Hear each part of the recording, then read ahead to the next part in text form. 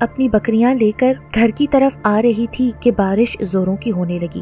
تمام بکریاں بارش سے بھیگ گئیں مگر شاردی کے کپڑے بالکل بھی نہیں بھیگے۔ اب شاردی گھر میں داخل ہوئی تو یہ دیکھ کر حیران و پریشان رہ گئی کہ اس کے کپڑے تو خشک ہیں، آخر اس کی کیا وجہ ہے؟ کسی سے شاردی نے اس بات کا اظہار نہیں کیا۔ جب کمرے میں گئی تو معمول کے مطابق دودھیا روشنی تھی اور آج تو شاردی کے کمرے میں بہت عمدہ قسم کی خوشبو بھی آ رہی تھی۔ جب اس نے ایک کونے میں نظر دوڑائی تو لکڑی کے ٹیبل پر بہترین مزیدار گرم گرم کھانا پڑا ہوا تھا۔ یہ دیکھ کر فوراً ماں کے کمرے میں شاردی گئی اور ماں سے کہنے لگی، امی جان، میرے کمرے میں گرم گرم کھانا کس نے رکھا ہے؟ ماں بولی، میں ابھی تھوڑی دیر پہلے تمہارے کمرے سے آئی ہوں، وہاں تو کوئی ایسی بات نہیں تھی۔ جب شاردی کے ماں باپ کمرے میں کھانا دیکھنے کی غرض سے گئے تو وہاں کچھ بھی نہیں تھا، لہٰذا شاردی کی ماں سے باپ بولا اب شاردی کی شادی کر دینی چاہیے۔ شاردی اپنے ماں باپ کی اکلوتی اولاد تھی، ماں باپ کی آنکھوں کا تارا تھی۔ ماں بولنے لگی، ارے اتنی بھی کیا جلدی ہے، ابھی ہماری بچی کی عمر ہی کیا ہے؟ میں اس بات سے اتفاق نہیں کرتی کہ اتنی جلدی اپنی بیٹی پر ذمہ داریوں کے پہاڑ کو اس کے سر پر لاد دوں۔ خیر شاردی کے باپ نے اس کی ماں کو سمجھایا کہ آج کل شاردی کا ذہن ہواؤں میں اڑنے لگا ہے، اور پھر اس نے بات ادھوری چھوڑ دی۔ درمیان میں شاردی کی ماں بولی، یہ بات درست ہے، اب شاردی کے ہاتھ پیلے کر دینے چاہیے۔ شاردی کا رشتہ شاردی کے کزن سے طے ہو گیا۔ اس کی شادی کی تیاریاں شروع ہو گئیں۔ شادی کے 4 روز پہلے شاردی کی سخت طبیعت خراب ہو گئی۔ اس کو قریبی ڈاکٹر سے چیک کرایا گیا، ڈاکٹر نے دوا دی مگر شاردی کو کچھ فرق نہیں پڑا۔ اب بارات آنے میں صرف 1 دن باقی تھا اور شاردی کے ماں باپ بہت فکر مند تھے کہ شاردی کی طبیعت اس قابل نہیں کہ اس کی شادی کر دی جائے، بلکہ وہ تو زیادہ بیمار ہو گئی ہے اور ایسے لگتا تھا جیسے وہ کئی مہینوں کی بیمار ہو۔ صبح بارات آنی تھی اور شاردی اپنی ماں کی گود میں سر رکھے نیند کی غنودگی میں تھی کہ اس کو اچانک ایسے لگا جیسے اسے کوئی آواز دے رہا ہے۔ لہٰذا شاردی اپنی ماں سے مخاطب ہوئی، امی سن رہی ہو؟ یہ آواز کہاں سے آ رہی ہے؟ بیٹی سو جاؤ، مجھے تو کچھ سنائی نہیں دے رہا۔ صحت کی خرابی کی وجہ سے اور کمزوری کی وجہ سے تمہیں شاید وہم ہو رہا ہے۔ شام کے وقت شاردی اپنی ماں سے بولی، امی 1 گلاس پانی پلاؤ۔ یہ سنتے ہی ماں پانی لینے چلی گئی۔ جیسے ہی ماں گئی تو فوراً ایک خوبصورت لڑکا ہاتھ میں گلاس لیے شاردی سے مخاطب ہوا، یہ لو پانی پی لو۔ کمرے میں اچانک اس نوجوان کو دیکھ کر شاردی تو گھبرا گئی اور کھڑی ہو گئی۔ تم کون ہو؟ گھبراؤ نہیں، پہلے پانی پی لو پھر بتاتا ہوں۔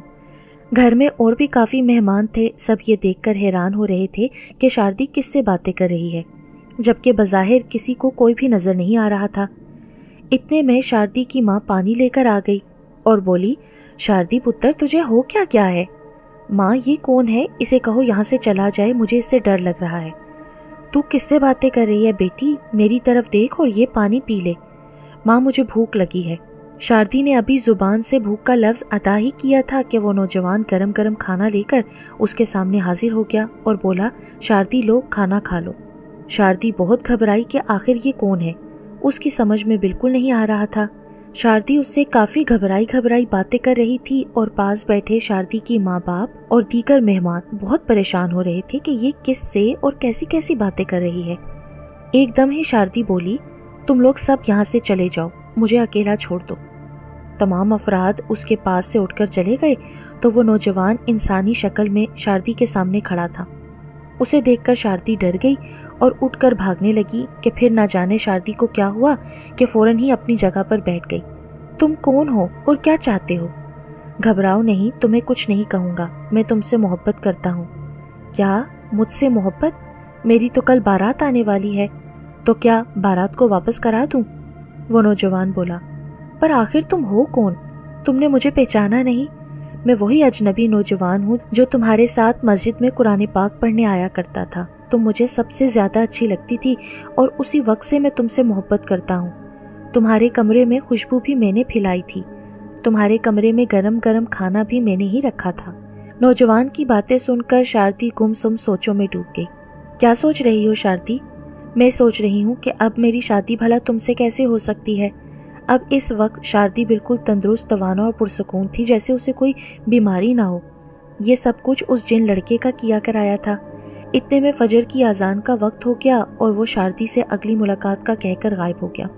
وہ بہت حیران تھی کہ یہ سب کچھ کیا ہو رہا ہے۔ اس نے اپنی ماں کو آواز دی۔ ماں نے آتے ہی شاردی سے پوچھا کہ تم کس سے باتیں کر رہی تھی؟ پھر اس نے اپنی ماں سے سب کچھ صاف صاف بیان کر دیا کہ معلوم نہیں وہ کون نوجوان ہے، مجھے تو وہ کوئی اور ہی مخلوق لگتا ہے۔ کہہ رہا تھا کہ میں تم سے محبت کرتا ہوں اور تم سے شادی کرنا چاہتا ہوں۔ شاردی کی ماں یہ سن کر بہت فکر مند اور پریشان ہو گئی، اور اب آہستہ آہستہ صبح کا اجالا ہر سو پھیل چکا تھا۔ گھر کے دیگر افراد نیند سے بیدار ہو گئے، گھر میں گہما گہمی نظر آ رہی تھی، اور آہستہ آہستہ وقت گزرتا رہا۔ پھر وہ وقت آ پہنچا۔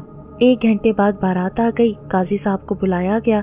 قاضی صاحب اپنی جگہ پر آ کر بیٹھ گئے تو چند لوگ اس پالکی کی طرف بڑھے جس میں دولہا موجود تھا، مگر یہ کیا، پالکی تو خالی پڑی تھی، یعنی پالکی میں دولہا موجود نہیں تھا۔ سارے باراتی اور گاؤں والے حیران اور پریشان تھے کہ دولہا کہاں چلا گیا۔ چپا چپا چھان مارا گیا مگر دولہا غائب تھا۔ جب یہ خبر شاردی کو ملی تو وہ گھبرانے لگی اور سمجھ گئی کہ یہ سب کچھ اسی جن لڑکے کا کیا دھرا ہے۔ ادھر تمام کھانا جو باراتیوں کے لیے پکایا گیا تھا وہ سب کا سب دیگ سے غائب ہو چکا تھا۔ اب مزید حیرانی بڑھ گئی، لوگ سہمے ہوئے تھے اور پھر اس تگ و دو میں شام ہو گئی۔ دولہا نہ ملا تو بارات والے مایوس اور پریشان ہو کر واپس اپنے گاؤں چلے گئے۔ جب ساری باراتی اور گھر والے روتے پیٹتے گھر میں داخل ہوئے تو دیکھا کہ دولہا میاں اپنے گھر میں سوئے ہوئے تھے، اور یہ دیکھ کر سب کے سب گھبرا گئے۔ پھر جب اس سے پوچھا گیا کہ تم کہاں تھے اور یہاں کیسے پہنچ گئے؟ تم نے تو ہماری ناک کٹوا دی، ہماری بہت بے عزتی کروائی، اور اگر یہ شادی تمہیں منظور نہ تھی تو پہلے بتا دیتے۔ دولہا اب ہوش میں آ چکا تھا۔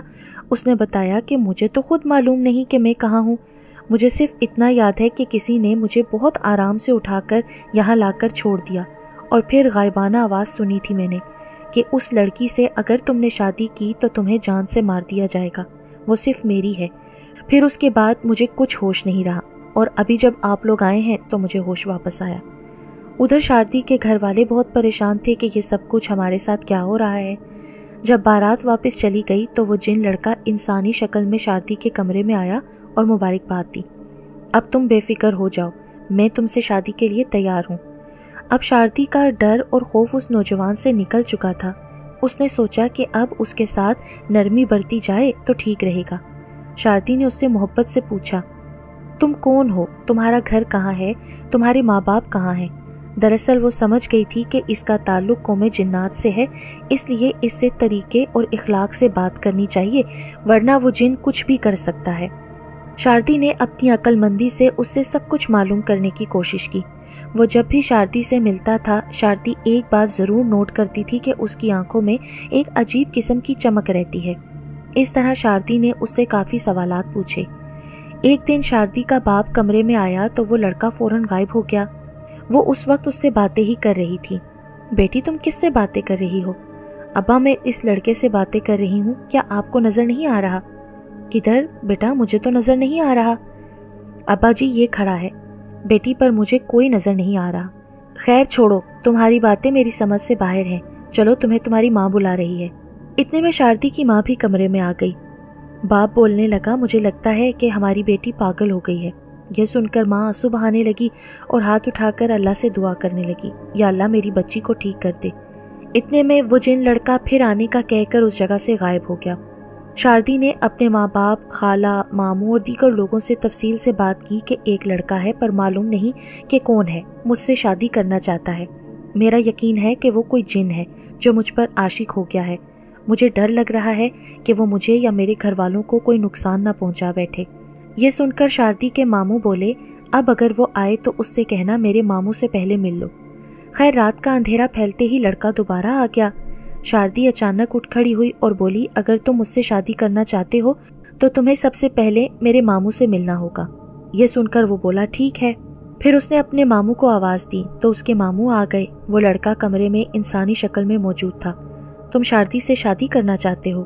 جی، میں شاردی سے محبت کرتا ہوں، بلکہ عشق کرتا ہوں، شاردی کے لیے کچھ بھی کر سکتا ہوں۔ ٹھیک ہے، اگر تم شاردی سے واقعی محبت کرتے ہو اور شادی کے خواہش مند ہو تو اس کا ثبوت دینا ہوگا۔ اس کے لیے ہماری ایک شرط ہے، اگر تم کو ہماری شرط منظور ہے تو ٹھیک ہے، ورنہ تم دوبارہ شاردی سے شادی کی ضد نہیں کرو گے اور نہ ہی تم اسے تنگ کرو گے۔ مجھے ایک نہیں، آپ کی ہر شرط منظور ہے، آپ اپنی شرط بتائیں۔ جن زادے کی ہمت و حوصلے کو دیکھتے ہوئے ماموں بولے، تم ایک رات میں میری بھانجی کے لیے ایک خوبصورت قلعہ تعمیر کرو گے۔ اگر تم آذان فجر سے پہلے پہلے قلعہ تعمیر نہ کر سکے تو دوبارہ شاردی سے شادی کی ضد نہیں کرو گے اور شرط ہار جاؤ گے۔ مجھے آپ کی یہ شرط منظور ہے۔ اگر میں یہ شرط ہار گیا تو میرا وعدہ ہے کہ میں شاردی سے بالکل رابطہ نہیں رکھوں گا، بلکہ اس کی دنیا سے بہت دور چلا جاؤں گا۔ شاردی کے ماموں سے یہ الفاظ کہہ کر وہ غائب ہو گیا۔ شاردی نے گھبرائے ہوئے لہجے میں اپنے ماموں سے مخاطب ہو کر کہا، اگر یہ شرط جیت گیا تو پھر آپ کو اپنی شرط ماننی پڑے گی، پھر کیا ہوگا؟ شاردی کا ماموں بہت سمجھدار اور عقل مند تھا۔ اس نے کہا، تم بے فکر رہو، میں جانوں اور میرا کام، اللہ تعالیٰ کوئی نہ کوئی صورت ضرور نکالے گا۔ جب رات کا اندھیرا ہر سو مسلط ہو گیا، رات کے 8 بج چکے تھے اور قلعے کی تعمیر کا کام شروع ہو چکا تھا۔ دیکھنے والوں کی زبانی معلوم ہوا کہ قلعے کی تعمیر بدستور ہو رہی تھی۔ بڑے بڑے پتھر اور ساری چیزیں اس جگہ رکھی تھیں، مگر تعمیر کرنے والے نظر نہیں آ رہے تھے۔ راہگیر بھی حیران اور پریشان تھے کہ یہ سب کچھ کیا ہو رہا ہے۔ قلعے کی تعمیر جاری تھی کہ اچانک شاردی کے ماموں کو خیال آیا۔ جب اس نے گھڑی میں ٹائم دیکھا تو رات کے 4 بج چکے تھے، مگر قلعے کی تعمیر زور و شور سے جاری تھی۔ شاردی کا ماموں فوراً مسجد میں گیا۔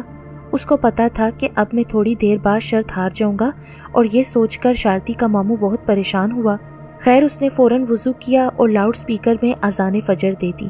اذان کا سننا تھا کہ تمام جن جس حال میں اور جہاں جہاں کام کر رہے تھے وہیں پر کام چھوڑا اور سب کے سب وہاں سے غائب ہو کر چلے گئے۔